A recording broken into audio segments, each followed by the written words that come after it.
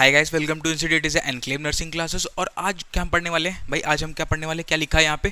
क्या लिखा हुआ है भाई? ये बताओ, जूम करो, थोड़ा सा जूम करे, कर लिया? देखो क्या लिखा, सीजर्स। ठीक है, तो आज हम क्या पढ़ने वाले? सीजर्स। तो सीजर्स जो होता है ना, उस पढ़ने से पहले हमें पता तो होना चाहिए भाई ये डिजीज़ क्या होता है। थोड़ा हमें नॉलेज, तो ओवरव्यू जिसे कहते हैं ना, ओवरव्यू हमें पता तो होना चाहिए। देखो, तो ओवरव्यू हम कहें ना, तो इसको अगर हम हिंदी में कहें तो सीजर्स को, तो सीजर्स का मतलब होता है हिंदी में दौरा पड़ना। ठीक है, गांव में जैसे विलेजेस में बहुत सारे लोग कहते हैं कि भाई इसे दौरा पड़ गया, कहते नहीं इसे दौरा पड़ गया ऐसे। फिर उसमें मिथ भी चलती है बहुत सारी, कहते नहीं इसे मोजा सुंघा दो, सॉक्स सुंघा दो, चप्पल सुंघा दो, ऐसे है ना कहते हैं। तो उसमें वैसे वो एक मिथ है, ठीक है, एक मिथ ही होता है। तो सीजर्स असल में होता क्या है ना? अगर हम मेडिकली बात करें तो सीजर्स असल में होता क्या? देखो, तो सीजर्स जो होता है ना, उसमें क्या होता है, एबनॉर्मल इलेक्ट्रिकल एक्टिविटीज़ हो जाती है। क्या होती है?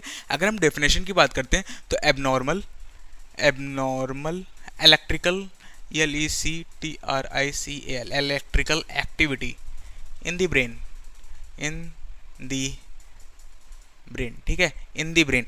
देखो, इसमें पेशेंट को ना अगर टाइम पे ट्रीटमेंट ना मिले तो पेशेंट डेथ भी कर सकता है, पहला पॉइंट। दूसरा पॉइंट होता है कि जो सीजर्स होता है ना, वो at the time of neonate से लेके ओल्ड एज तक में कोई भी पेशेंट में आने का चांसेस सबसे ज़्यादा रहता है। ठीक है, अगर हम अडल्ट की बात करें तो उनमें अलग टाइप का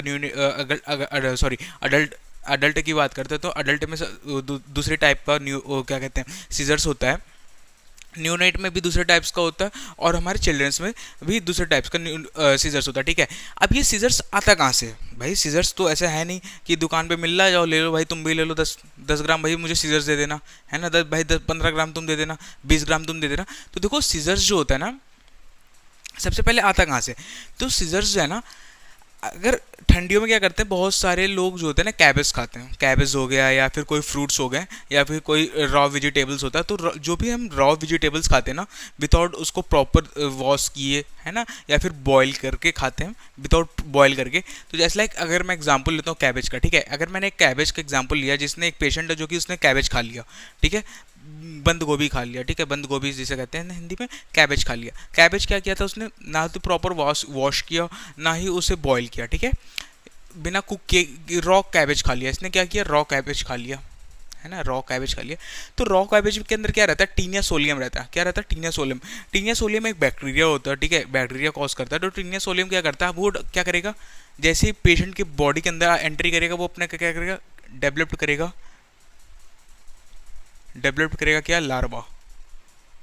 ठीक है, अब भाई जो मान लो हमारे बैक्टीरिया हमारे शरीर में आ गया, तो वो क्या शरीर देखने आया है भाई? जाहिर सी बात है, देखेगा तो शरीर तो देखेगा नहीं, वो अपना पॉपुलेशन बढ़ाएगा ना, तो क्या करेगा? डेवलप करेगा लार्वा। अब जैसे ही डेवलप करेगा लार्वा ना, तो वहाँ पे क्या होगा? सिस्टोटिक सेलुलोसिस होगा।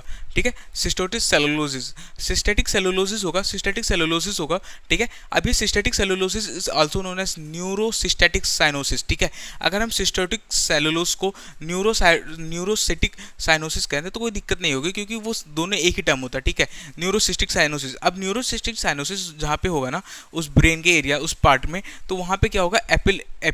एपिलेप्टोजिक फोकस। ठीक है, एपिलेप्टोजिक फोकस क्या होगा? फिर से हम पढ़ते हैं कि एक पेशेंट है, जैसे एक मान लो कि एक रामलाल है, ठीक है, एक पेशेंट हमारे पास है जिसका नाम है रामलाल। अब रामलाल से मैं पूछता हूँ, भाई रामलाल तुम्हें क्या हुआ था? रामलाल को हिस्ट्री है सीजर्स की। क्या है हिस्ट्री? सीजर्स की। अब रामलाल मेरे पास आया तो रामलाल से मैं पूछूंगा, भाई रामलाल तुमने क्या खाया था? तो उसने बोल दिया, सर मैंने खाया था बंद गोभी, कैबेज खाया था, कच्चा गोभी मैंने खा लिया सैलेड में। अब मैंने वहाँ से मैंने हिस्ट्री कलेक्ट करते समय मुझे खुद सोचना है कि भाई देखो, अगर पेशेंट ने कैबेज खाया होगा तो कैबेज में जाहिर सी बात है टीनिया सोलियम होगा। अब टीनिया सोलियम होगा तो क्या वो मुंह देखने आएगा? बैक्टीरिया हमारे शरीर में नहीं, अपना क्या करेगा? लार्वा डेवलप करेगा। तो क्या होगा? सिस्टिक सेलुलोसिस होगा। सिस्टिक सेलुलोसिस होगा तो क्या?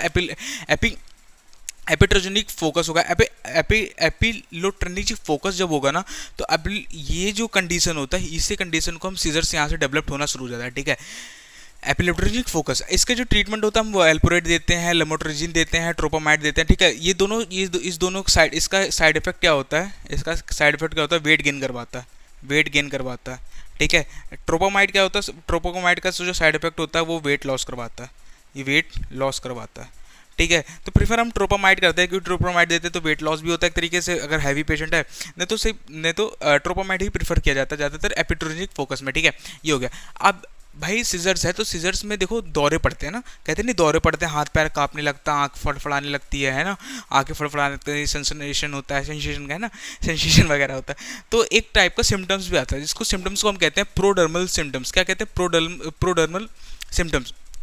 ठीक है, अभी प्रोडर्मल सिम्टम्स में टोनस होता है। क्या होता है? टोनस, क्लोनस, फिर उसका पेरिन्यूअल साइनोसिस होता है, अप्रोलिंग ऑफ आईबॉल्स होता है, एस्पिरेशन रिक्स होता है, और लैटिक एसिडोसिस होता है। जो ये सारी चीज़ें ना ज़्यादातर मेन जो सबसे कॉमन जो होता है वो हमारा ये दो होता है, ये दो होता है, फिर उसके बाद हम ये दो ले सकते हैं यहाँ से यहाँ तक। ठीक है, ये चार ही सबसे ज़्यादा देखने को मिलता है, और ये चारों होता है मैक्सिमम 15 to 30 सेकेंड्स, या हम कह सकते हैं 30 to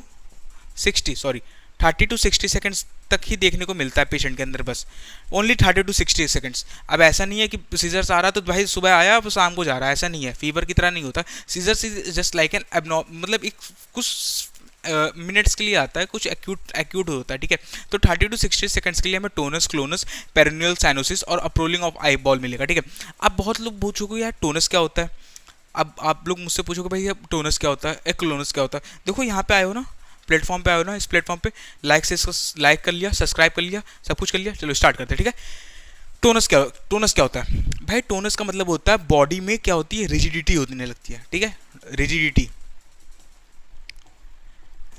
होने लगती। क्या रिजिडिटी का मतलब क्या होता है? अकड़न होना शुरू हो जाता, बॉडी स्टिफ होना शुरू हो जाती, रिजिडिटी या फिर स्टिफनेस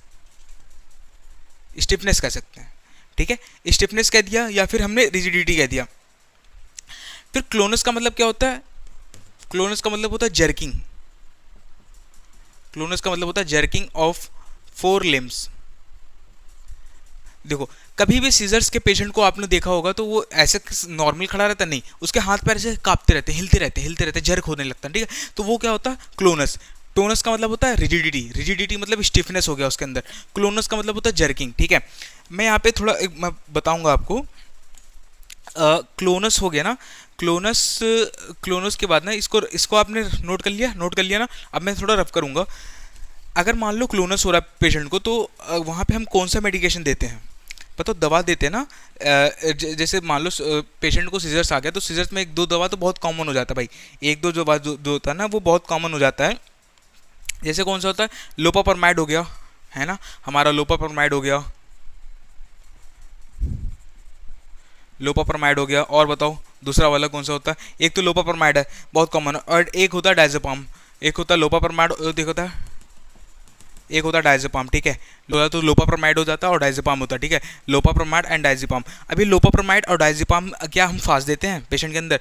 बहुत लोगों ने अब सेकंड ईयर में पता तो होगा ना, क्लिनिकल में काम किया। तो लोपापर्माइड हो गया, डायजेपाम, ये क्या जाता है? आईवी देते हैं, सबसे पहला पॉइंट हो गया, आईवी देते हैं। और आईवी में भी कैसे देते हैं? फास्ट है स्लो? जल्दी बताओ, फास्ट है स्लो देते हैं। स्लो क्यों देते हैं? To prevent from respiratory shock, ठीक है, ये हो गया। अब सीजर्स में ना एक टर्म आता है जो कि बहुत कॉमन हो जाता है। कौन सा? सीजर्स में हम कहते हैं एपिलेप्सिया। क्या कहते हैं? एपिलेप्सी। ठीक है, तो एपिलेप्सी क्या होता है? अगर सीजर्स पेशेंट के अंदर 2 या 2 से ज़्यादा आ रहा तो वो कंडीशन होता है एपिलेप्सी। ठीक है, पहला पॉइंट हो गया। सीजर्स क्या होता है कि एबनॉर्मल इलेक्ट्रिकल एक्टिविटीज़ हो गया, एपिलेप्सी 2 या 2 से ज़्यादा हो रहा। और जीटीसीएस क्या होता है? जीटीसीएस क्या होता है? जीटीसीएस अभी बताऊंगा। अडल्ट में बहुत ज़्यादा कॉमन होता है मेरे भाई। अडल्ट में सीजर्स अगर पूछा जाता है क्वेश्चन की what are the which seizures is most common seen in adult, GTCS. ठीक है, अब हम इसके आगे बात करते हैं। सीजर्स के कुछ टाइप्स पढ़ने वाले हैं। तो सबसे पहला जो टाइप्स होता है सीजर्स का वो होता है जीटीसीएस। क्या होता है? मैंने बताया था अभी थोड़ी देर पहले आपको कि जीटीसीएस। तो कुछ जो जीटीसीएस होता है ना, जनरलाइज टोनिक क्लोनिक सीजर। ठीक है, जिसमें tonic as well as clonic दोनों टर्म्स आ रहे हैं। ठीक है, तो जनरलाइज टोनिक क्लोनिक सीजर जो होता है ना वो किस में कॉमन होता है? भी मैंने आपको बताया था कि जनरलाइज टोनिक क्लोनिक सीजर किस में कॉमन होता है? ये होता है हमारे अडल्ट में, मोस्टली कॉमन इन अडल्ट। ठीक है, अडल्ट में देखने को मिलता है। कौन सा? Generalize tonic clonic seizures adult में देखने को मिलता है। फिर उसका सिंपल पैराइटल सीजर्स क्या होता है और कॉम्प्लेक्स पैराइटल सीजर्स क्या होता है? देखो ये दो अलग अलग है, सिंपल और कॉम्प्लेक्स। सिंपल में क्या होता है ना, पेशेंट जो होता है वो वर्बली बोल सकता है, पेशेंट जो होता है कॉन्शियस होता है, पेशेंट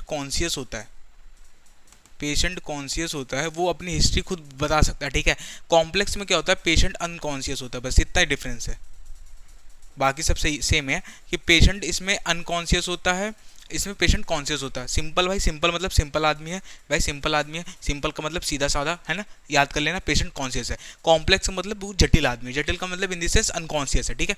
फिर उसके बाद फोकल पैराइटल सीजर्स होता है। अब देखो फोकल या पैराइटल सीजर्स, पैराइटल का मतलब होता है पैराइटल पार्शियल, पार्शियल का मतलब होता है आधा, है ना। तो पैराइटल का मतलब क्या होता है कि इसमें तुम्हारे लिम्स इन्वॉल्व नहीं होते हैं।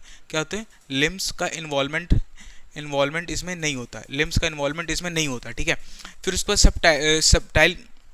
सबटाइल सीजर्स क्या होते हैं? अब मेरे भाई देखो, मैंने आपको बताया था ना ये अडल्ट में है, ये अडल्ट में, ठीक है। सबटाइल्स किस में सबसे ज़्यादा दिखने को मिलता है? सबटाइल्स हमारे नियोनेट में मिलता है, नियोनेट्स में मिलता है, ठीक है, नियोनेट्स में मिलता है। फेब्राइल किस में मिलता है? सबटाइल सीजर्स में ना, अगर अगर पेशेंट कह रहा हूँ, जो नियोनेट होगा ना उसके अंदर सिम्टम्स क्या आएंगे? कमेंट करो, 2 मिनट रोक लिया वीडियो रोक लिया, कमेंट करो, सोचो, बताओ। पढ़ा होगा आपने, पढ़ा कहीं ना कहीं तो पढ़ा ही होगा कि बच्चों को क्या क्या सिम्टम्स आएगा।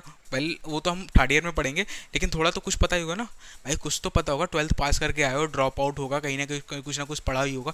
क्या होगा? देखो पाउडरिंग होगा, पाउडरिंग के बाद क्या होगा? हाथ में जर्किंग होगा, ठीक है, हाथ जर्किंग होगा। पेशेंट जो है ना वो, जैसे अगर मैं पढ़ा रहा हूँ तो अगर न्यूनेट बच्चा रहेगा ना तो वो तुम्हें 2 मिनट देखता रहेगा, सिर्फ 2 मिनट देखेगा तुम्हें, फिर 2 मिनट देखेगा ऐसे देखेगा, फिर उसको मुंह घुमा लेगा, फिर हंसना शुरू कर देगा। तो माँ बाप क्या सोचते हैं, बच्चे पेरेंट्स क्या सोचते हैं कि यार बच्चा बहुत अच्छा, बच्चा बहुत हंस रहा, ऐसा नहीं है, ठीक है। वो क्या है? वो सीजर्स का सिम्टम्स है कि एकदम से देख रहा है, फिर एकदम मुंह घुमा रहा, हंसना शुरू कर दे रहा। तो वो जैसे उसमें कहते हैं ना, जर्किंग कहते हैं, जिटरिंग कहते हैं, ये सारी चीज़ें आ जाती हैं सबटाइल सीजर्स में। फेब्राइल सीजर्स क्या होता है? फेब्राइल सीजर्स हमारे चिल्ड्रंस में मिलता है, चिल्ड्रंस में मिलता है, ठीक है, चिल्ड्रंस में मतलब बच्चों में, चिल्ड्रंस में मिलता है, ठीक है, ये हो गया। अब हम इसके मैनेजमेंट की बात करते हैं, इसके मैनेजमेंट की बात करते हैं। देखो कोई सर्जरी वगैरह इसमें परफॉर्म नहीं किया जाता, सिंपल सा मैनेजमेंट है। मेडिकेशन देख के हम इसको रोक लेते हैं। मेडिकेशन में जैसे मैनेजमेंट हो गया, क्या देते हैं? इंट्रानेजल मिडाजोलाम, ठीक है, इंट्रानेजल मिडाजोलाम जो है ना वो अभी जल्दी आया है, मतलब उसको ज़्यादा टाइम नहीं हुआ, मतलब समझ लो ये प्रेफरेबल मेडिकेशन है। लेकिन जो पहले के टाइम चलता था ना, ओल्ड मतलब आज से समझ लो 10 साल पहले क्या चलता था? रेक्टल डायज़ेपाम, क्या चलता था? Rectal diazepam in the sense एक ना समझ लो एनीमिया की तरह होता था।